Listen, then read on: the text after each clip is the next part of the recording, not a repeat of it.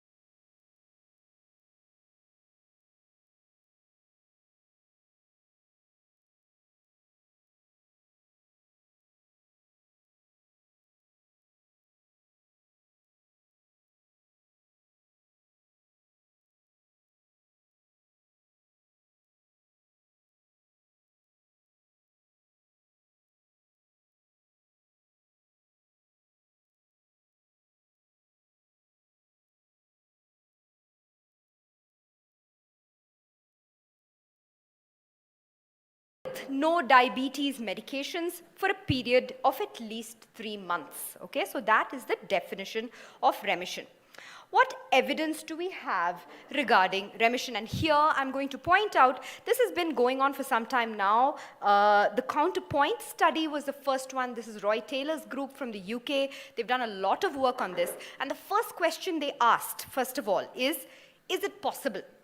Can remission of diabetes happen?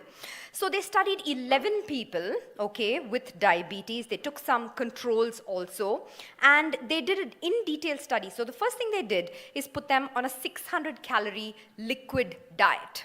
Okay, all of you just finished lunch.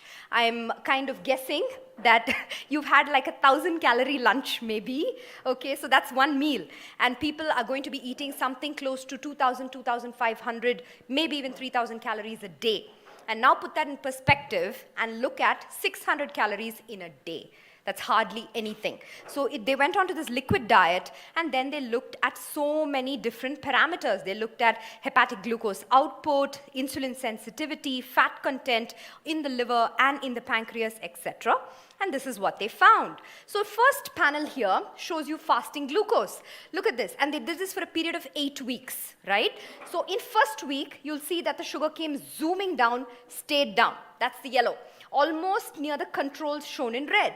Now look at the liver. What happened here? Fat percentage came down first week, second week, and stayed nicely down even below controls.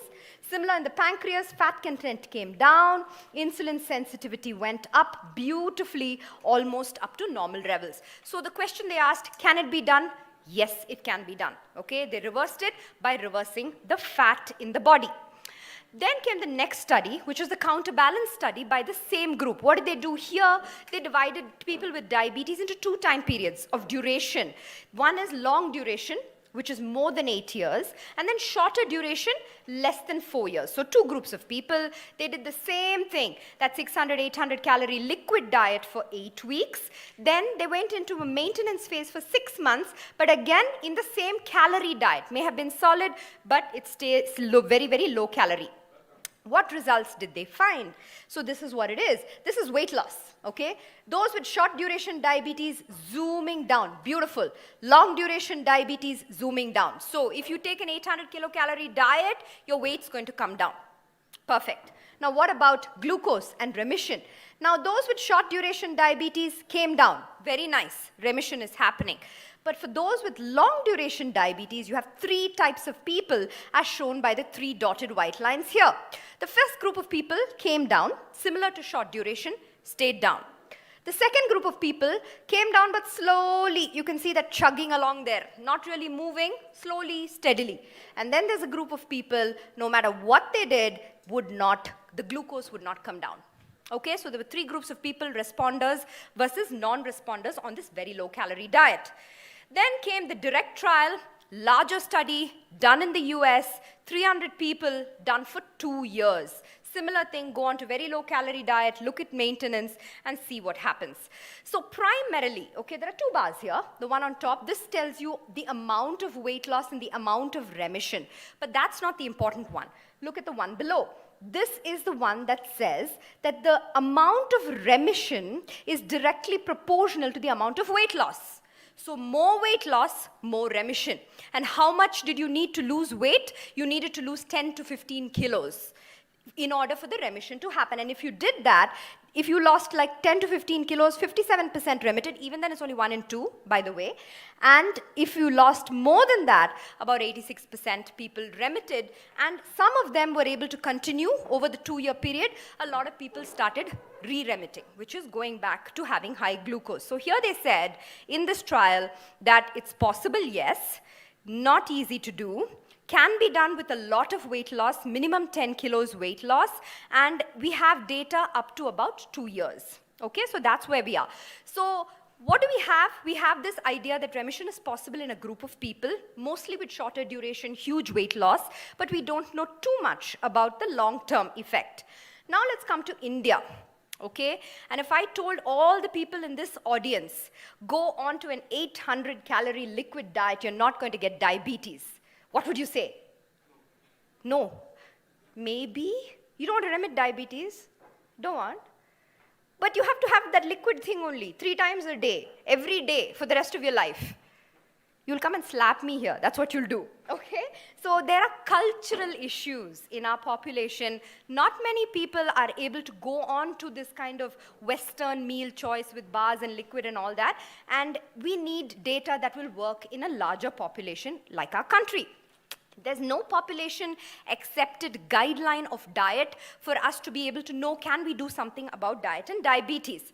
We looked at various national surveys. So I've shown here data from NSSO, NFHS, NNMB. These are all the national surveys in India that have nutrition data in them. We didn't really find anything. And thus we went to the ICMR INDIEB study. Now, this is a study funded by the Indian Council of Medical Research and the Department of Health Research, Government of India.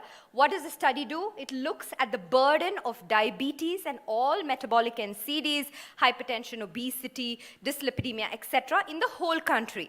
In this, we also have data on risk factors like diet and physical activity. So this is the diet component, and the question we asked is that, can we provide optimal macronutrient recommendation for remission and prevention of type 2 diabetes in Asian Indian adults at a population level? So this is the study design, okay? We have more than 1 lakh patients inside of the INDIEB study where we have all of this data. In this, we had diet details. So we have FFQs. These are very detailed kind of questionnaires on diet in 1 in 5 participants. So that's 22,000 people. We had to remove all those with known diabetes, energy outliers, etc. And finally, we analyzed data for 18,000, almost 19,000 individuals that I'll be talking about. So the urban-rural split is, 70-30. The sex ratio was also equal. Of course, the 70-30 is the population census of India. Looks like that as well. Now, what did we do here? Now, this is called, it is a modeling process that is called optimization. I'm going to give a disclaimer here. I'm neither a statistician or a mathematician. I'm a very simple diabetologist here. So I don't really understand all of it that works, but I'll tell you in principle what they have done. So they first did linear regression. Okay, in 3 categories. Remember, you have now 3 categories of people. One is with newly detected diabetes. So newly detected diabetes trying to remit or revert less than 6.5 definition. Okay, then you have a category of people with pre-diabetes. Pre-diabetes going all the way back to normal, A1C less than 5.6. Now, pre-diabetes can also progress, remember?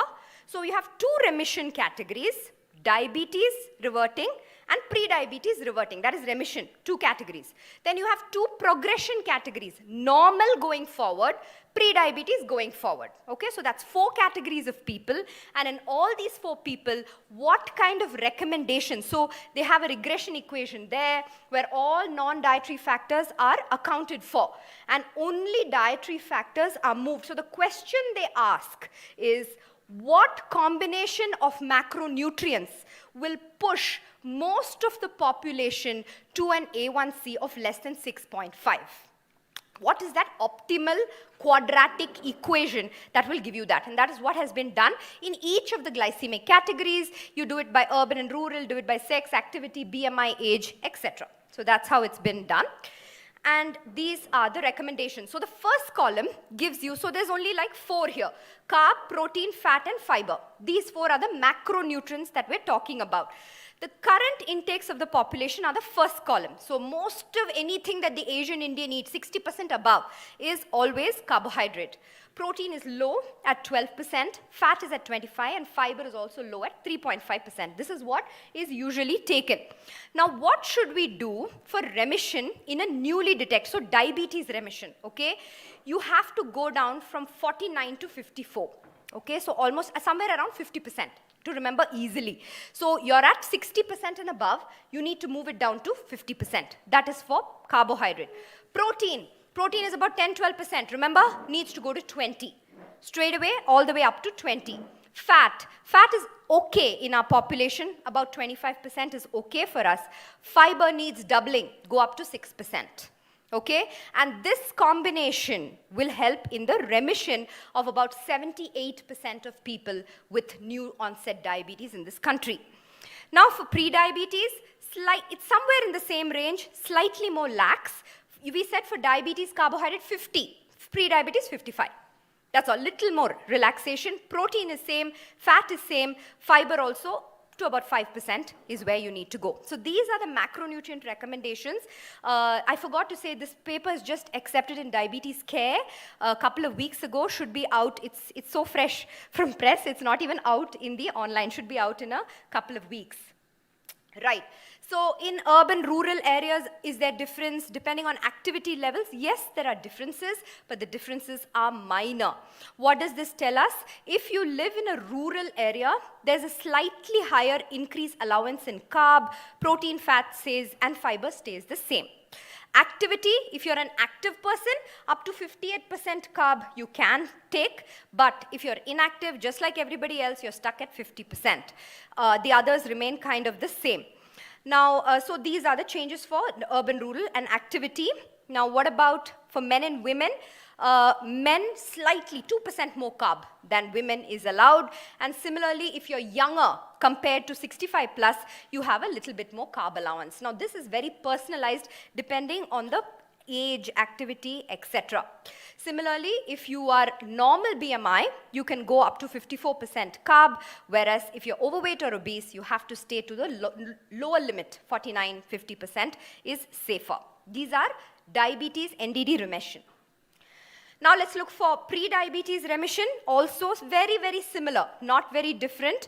I told you the allowance was slightly higher. Again, rural areas it's higher, in active people it's higher, in men it's higher, younger individuals it's higher, and if you have a normal BMI, it's a little higher. So the principles remain the same. Now let's look at the last part, which is the prevention of progression.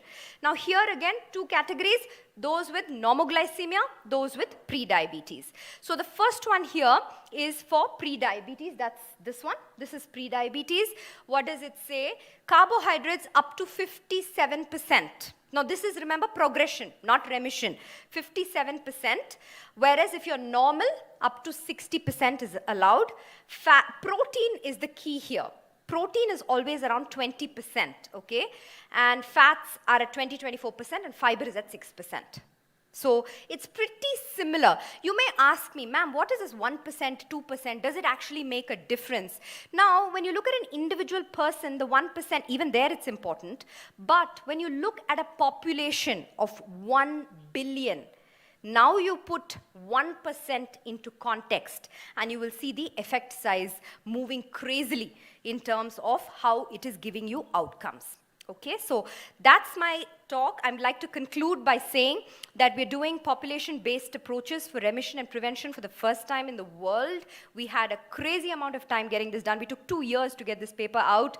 The recommendation is, in India, reduction in carbohydrate calories and increase in the protein. Protein up to 20, carbohydrate up to 50, just to remember it easily. If you are physically inactive, obese, older, and especially if you live in urban areas, then you require lesser carbohydrate as compared to the opposite. That's it. Thank you.